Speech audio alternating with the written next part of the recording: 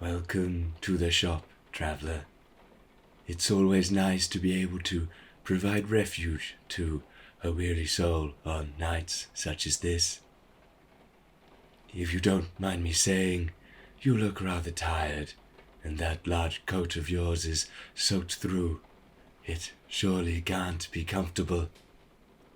Come, stand in out of the wet for a while and dry off. I couldn't bear to send you on your way in such a sorry state.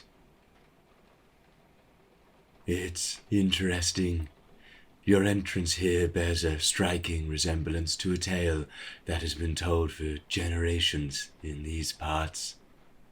Would you like to hear it? I must warn you, it concerns an object most macabre, but I believe it is somewhat pertinent that you are privy to it. Excellent. In that case, let me tell you what I know of the Hand of Glory.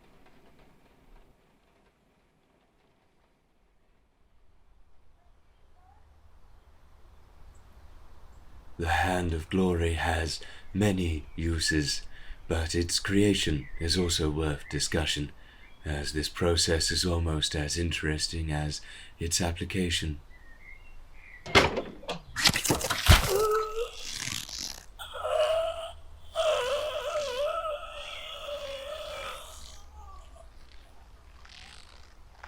For those who make these cursed things, their first step is to find a murderer who has just been hanged for their crime.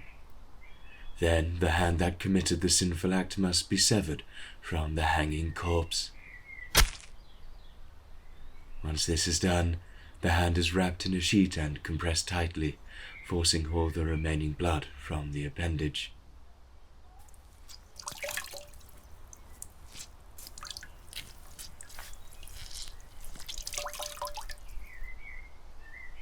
After it is completely drained, it is placed within an earthenware vessel, along with salt and a mixture of powdered herbs.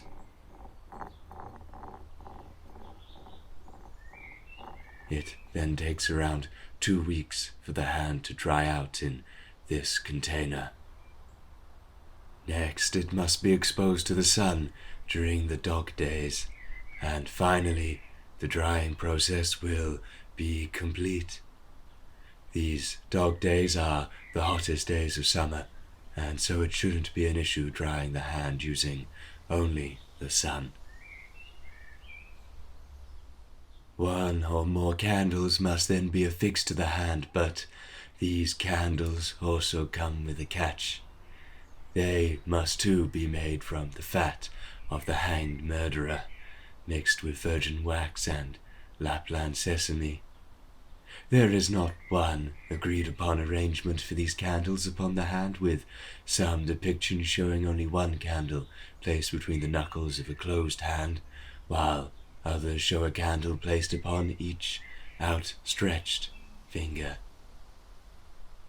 These instructions have been known for centuries, and so theoretically anyone can make their own. However, this is something no decent member of society would dare to do. While a largely farcical piece of work, the Ingoldsby legends describe a witch as the one to make such a thing, and, in all honesty, I cannot see where else one might acquire this dark object.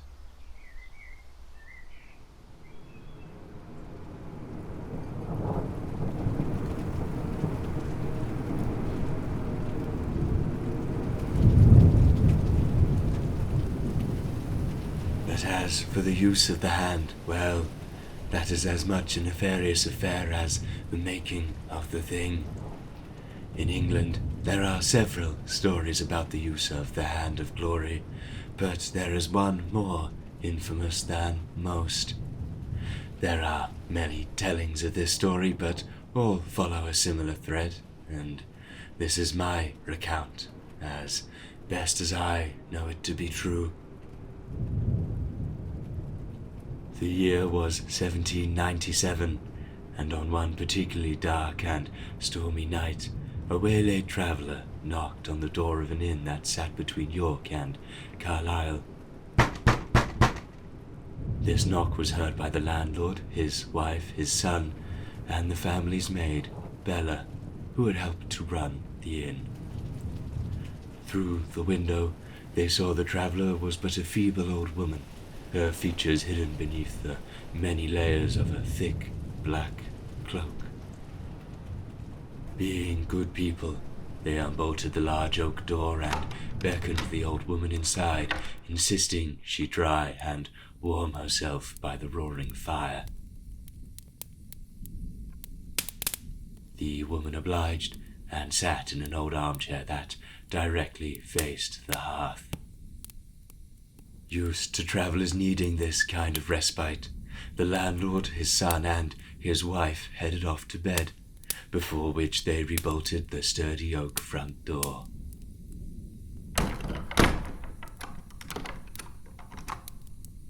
On the other hand, Bella felt uneasy.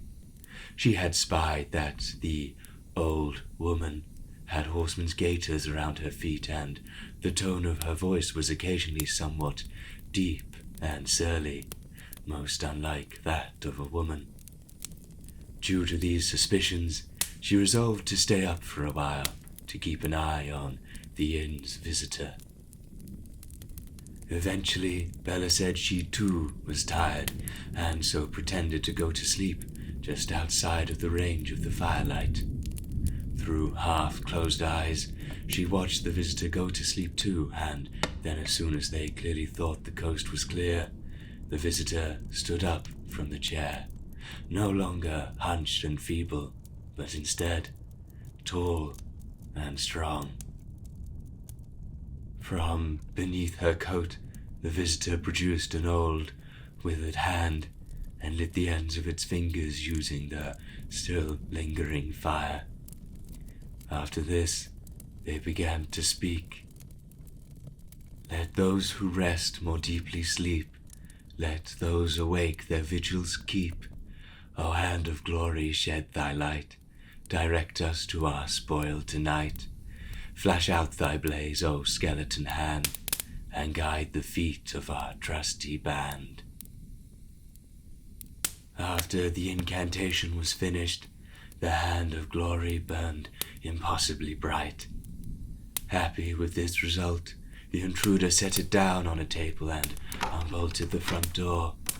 Staring out into the darkness, they then whistled into the night.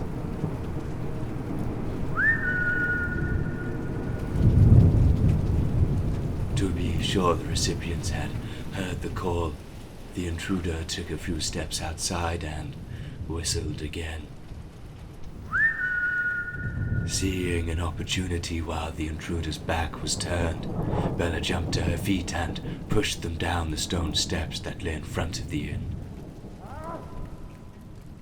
Quickly, she ran back inside and bolted the door behind her.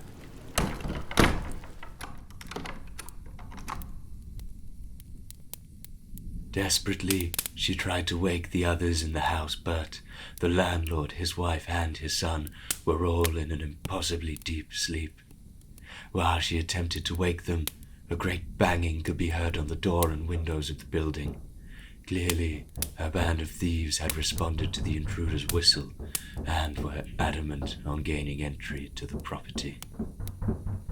Looking for anything to turn the tables on her situation, Bella happened to glance across the downstairs room and noticed the hand of glory was still burning bright. Searching for a way to extinguish the flames, her eyes found a jug of milk, which she poured on the fingers, extinguishing them.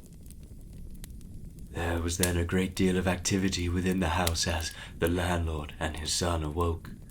Seeing what was happening outside, the landlord demanded the band of thieves leave, but they instead insisted he give up all of his valuables. In a somewhat measured response, the landlord's son fired his blunderbuss from a window into the throng of thieves below, at which point they simply requested the return of their hand of glory for them to be on their way.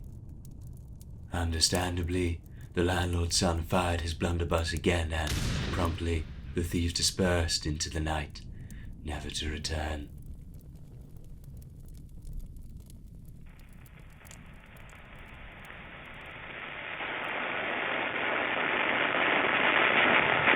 The various stories debate where this scene all took place, but most place the inn around High Spittal on the moors, an area that has now mostly been forgotten. Other variations of the story can also be found across the entirety of the European continent. In Germany, it is said that thieves used to sever the thumb of a newborn child and utilize it in a similar manner. Further tellings even say that the hand can be used to unlock any door. Perhaps if the thieves had still held it themselves, they could have forced that bolt to open from the other side. That is enough for one night, I think. I just thought it may have interested you, given the similarity of circumstances we find ourselves in. I do not know what you have under that long coat of yours, but I think it is wise of me to give you a final piece of information. During the last bout of dog days, I prepared a mixture of gall of black cat, the fat of a white hen, and the blood of a screech owl. This has been spread across the entrance you have just walked through, so if you were to try and use a hand of glory in here, I'm afraid it would have little effect. I despise those who prey upon the kindness of others for their own gain, and if you were to plan on doing any such thing here, well, you now have been warned. Very good. Perhaps it is best if you leave. Don't hurry back.